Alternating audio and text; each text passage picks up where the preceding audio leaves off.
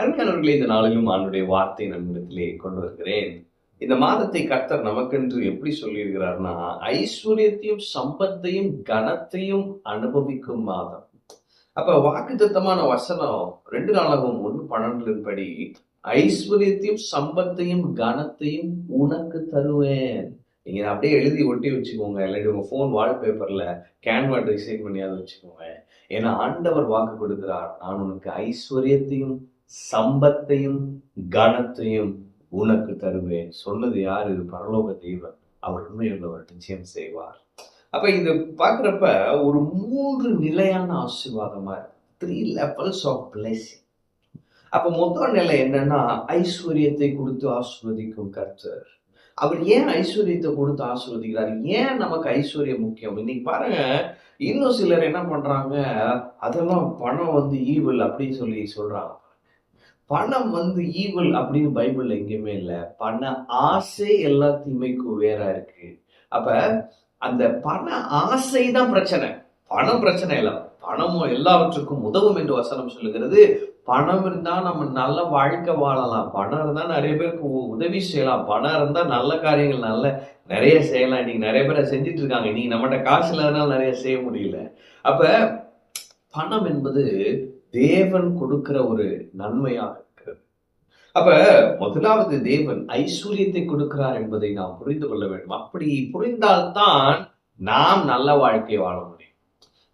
இல்லைன்னா வச்சுக்கோங்களேன், வாடகை கட்ட கூட நமக்கு கஷ்டமா இருக்கும், கடன் மேல கடனா இருக்கும், இப்படி இருக்கும். இந்த வாழ்க்கையை முறியடிக்கப்படணும்னா கொண்டு புரிஞ்சுக்கணும், தேவன் என்னை ஐஸ்வர்யத்தினால் ஆசீர்வதிக்க விரும்புகிறார் என்பதை. அவன் அப்ப அவர் ஐஸ்வர்யத்தை கொடுக்கிறார். இது ஏன் இந்த ஐஸ்வர்யத்தை கொடுக்கிறாருன்னா, நம்ம நல்லா வாழணும். பர்சனலா நீங்க ஒரு நல்ல வாழ்க்கை வாழ்றதுக்கு ஆண்டவர் என்ன செய்யறாருன்னா, ஐஸ்வர்யத்தை கொடுத்து ஆசீர்வதிக்கிறார். கர்த்தரை நம்புகிறவனும் செழிப்பான் என்று இருக்கிறது. அப்ப நீங்க கர்த்தரை சார்ந்து வாழ்றீங்க, ஆண்டவரை சார்ந்து வாழ்றீங்கன்னா நீங்க செழிப்பீங்க. ஒரு ப்ராஸ்பரஸ் லைஃப், ஒரு நல்ல வாழ்க்கை வாழ்வீங்க. அது எப்படி இருக்கும்னா, கடன் இல்லாத ஒரு வாழ்க்கையா இருக்கும், குறைவில்லாத ஒரு வாழ்க்கையா இருக்கும். நீங்க சந்தோஷமா இருப்பீங்க.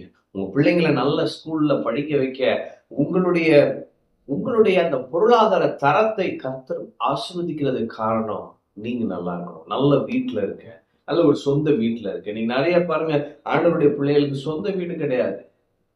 ஆனா தேவன் நமக்கு அப்படிலாம் கொடுத்து ஆசீர்வதிக்கணும்னு விரும்புகிறார்.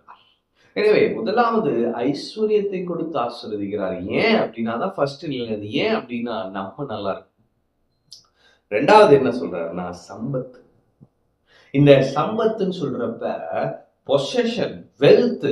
இது எதுக்குன்னு பாத்தீங்கன்னா, நான் ஐஸ்வர்யவானா இருக்கிறேன், ஓகே நல்லது, நான் எனக்கு நல்லா இருக்கேன். சம்பத்துன்றப்ப என் பிள்ளைகளுடைய பிள்ளை, என் சந்ததிக்கு இல்ல, நல்லவன் தன் பிள்ளைகளின் பிள்ளைக்கு சொத்துக்களை வைத்து போகிறோம். அப்ப நம்ம வெல்த், அந்த சம்பத்துடையவர்களா இருக்கணும். ஏன் அப்படின்னா நம்ம ஜெனரேஷன் நல்லா இருக்கணும். நீங்க நிறைய பேர் பாருங்க, அவங்க தாத்தா மாருங்க சேர்த்து வச்ச சொத்துனால அவங்க நல்லா இருக்காங்க. அப்ப இன்னைக்கு ஆண்டவர் நீ சம்பத்துடையவனா இருக்கணும், ஏன்னா அவன் சந்ததி நல்லா இருக்கணும்னு விரும்புகிறார். அப்ப தேவனுடைய இருதயத்தை பாருங்களேன், அவர் நம்மளை மட்டும் பார்க்கல, நம்முடைய பின் சந்ததிகள் நல்லா இருக்கணும்னு பாக்குறாரு. எவ்வளவு நல்ல தகப்பன்ல. அப்ப இன்னைக்கு ஆண்டவர் சொல்றாரு, நான் உன்னை ஆசீர்வதிக்க விரும்புகிறேன்ப்பா, உன் சந்ததி ஆசீர்வதிக்க விரும்புகிறேன், உனக்கு பின்வரும் உன்னுடைய சந்ததிகள் நன்றா இருக்க உன்னை ஆசீர்வதிக்க விரும்புகிறேன். அப்ப இன்னைக்கு நீங்க நினைக்கலாம், ஆண்டவரே நானே நல்லா இல்ல, ஏன் சந்ததி எப்படி? ஆண்டவர் சொல்றாரு, இல்ல இல்ல, நீ என்ன பாரு, நான் உன்னை ஆசீர்வதிக்கிறேன். நீ போய் கஷ்டப்பட்டு உழைச்சு அப்படி இல்லை, நான் உன்னை ஆசீர்வதிக்கிறேன். உன் கையின் கிரியைகளை நான் ஆசீர்வதிக்கிறேன், உனக்கு ஐஸ்வர்யத்தை தருகிறேன், உனக்கு சம்பத்தை தருகிறேன்னு சொல்லுகிறான். அப்ப நீங்க நிலங்களை வாங்குவீங்க, நல்ல வீடுகளை கட்டி குடியிருப்பீங்க, உங்க பிள்ளைகளின் வாழ்வை காண்பீங்க, உங்க பிள்ளைகளின் பிள்ளைகளுக்கு நீங்க சொத்துக்களை சேர்த்து வைக்க கர்த்தர் உங்களை ஆசீர்வதிப்பார். மூன்றாவது கனம். இப்ப எங்க ஒருத்தவன்ட காசு இருக்கோ அவன் நல்லா இருப்பான், அவன் சொத்து வாங்குவான். அவன் சொத்து வாங்குறப்ப அவன் குடும்பம் நல்லா இருக்கும். இந்த 2 இருக்கிறப்ப அவனுக்கு ஒரு கனம் இருக்கும், ஒரு ஹானர் இருக்கும். இந்த ஏரியால அவன் நல்லவையா, இந்த ஏரியால அவன் நல்ல செல்வாக்குள்ளவையா, இந்த ஏரியால அவனுக்கு காசு பணம் நல்லா இருக்கியா இல்லையா? அப்ப இந்த ஊர்ல பணக்கார யாரும் டக்குன்னு விரல் விட்டு நீ சொல்றோம் பாருங்க. அப்ப மூன்றாவது நிலை கனம். இந்த கனம் இருக்கிறப்ப என்ன ஆகுதுன்னா சமுதாயத்துக்கு ஆசீர்வாதமா இருக்கும். அப்ப நான் நல்லா இருக்கிறேன், என் குடும்பத்துக்கு நான் நல்ல ஆசீர்வாதமா இருக்கிறேன். 3வது என் சமுதாயத்துக்கு. அப்ப ஆண்டவர் நம்மள 3 நிலையில ஆசீர்வதிக்க விரும்புகிறாரு. ஒண்ணு என்னன்னா ஐஸ்வர்யத்தை கொடுத்து அது நம்ம நல்லா இருக்க, அடுத்து சம்பத்து நம் சந்ததி நல்லா இருக்க, 3வது கனத்தை கொடுக்கிறார். அது ஏன்னா இந்த சமுதாயம் நல்லா இருக்க. அப்ப இன்னைக்கு தேவன் உங்களை இப்படியாக ஆசீர்வதிக்க விரும்புகிறார். ஒரு பெரிய ஜேர்னி பாருங்க. இந்த மாதத்தில் நீங்க எதிர்பாருங்க.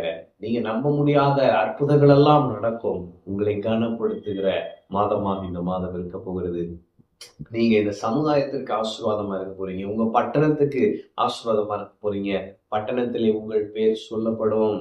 தேவன் பெரிய காரியங்களை செய்வார். பெரிய பெரிய கனவுகளோடு இருக்கிறீங்க. ஆண்டவர் உங்க கனவுகளை நிறைவேற்றி தருவார். ஆமென். கர்த்தர் உங்களோடு இருக்கிறார். கர்த்தர் உங்களை ஆசீர்வதிப்பார்.